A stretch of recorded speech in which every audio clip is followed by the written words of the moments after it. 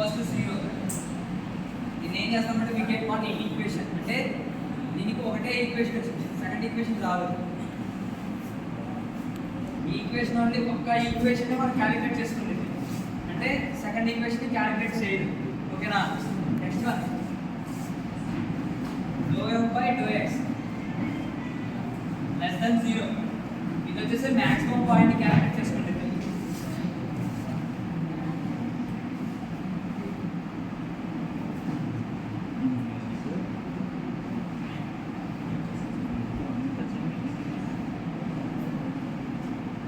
ఇది saddle point ని calculate చేసుకుంటుంది. మ్యాక్స్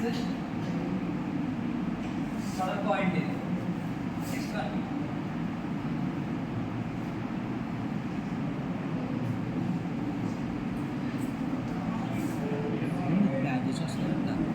మినిమం పాయింట్ క్యాలిక్యులేట్ చేసుకుంటుంది, అంటే ఈ సింగిల్ వేరియబుల్లో ∂f/∂x ఈక్వల్స్ టు 0. ఇదనేది సింగిల్ ఈక్వేషన్ ని క్యాలిక్యులేట్ చేసుకుంటుంది. దానికి వచ్చేసి f(x) x equals to x⁴x, అంటే మన x⁴x ఏంటి n కదా మనకి, n ఇంటూ n స్క్వేర్ ఎంత, అంటే మనకి ఏదైతే n పవర్ అంటే మనం పవర్స్ తీసుకుంటాం, 8 స్క్వేర్స్ 2 3 4 5 తీసుకుంటాం n పవర్స్ లో, అలానే x⁴x అన్నమాట.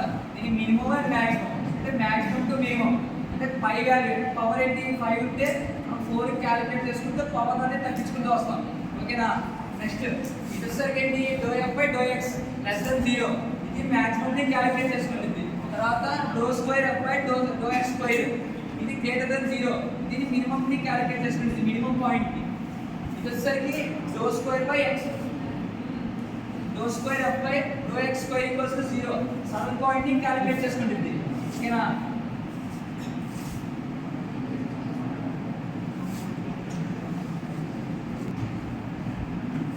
ఏంటి మనకి మాక్సిమమా మినిమమా ఏంటిది, సడల్ పాయింట్ కదా, గుర్తుపెట్టుకుంటారు. నెక్స్ట్ వన్ చేసుకోవాలి.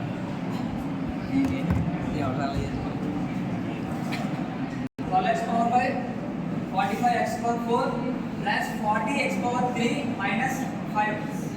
ఈ 5 అనేది చెప్తారండి.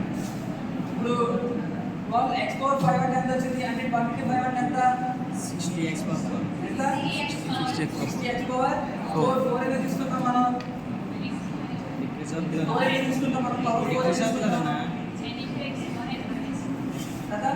అర్థమైందా ఇప్పుడు? 60x⁴ 4 దాంట్లో 45 4 అంటే 180 170 వచ్చిందా, 180 వచ్చింది.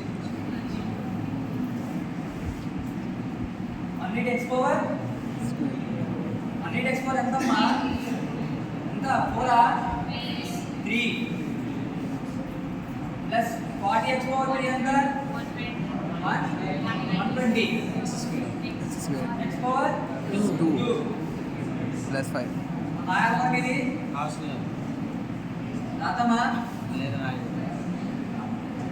రాసా ఏమైంది, కాన్స్టెంట్ కాదు, తీసేద్దాం. కాన్స్టెంట్స్ మనకు అవసరం లేదు. ఇంకా నీకు పవర్స్ ఉంటేనే మనం క్యాలిక్యులేట్ చేసుకుంటాం, లేదంటే తీసుకోం. అర్థమైందా మీకు? నెక్స్ట్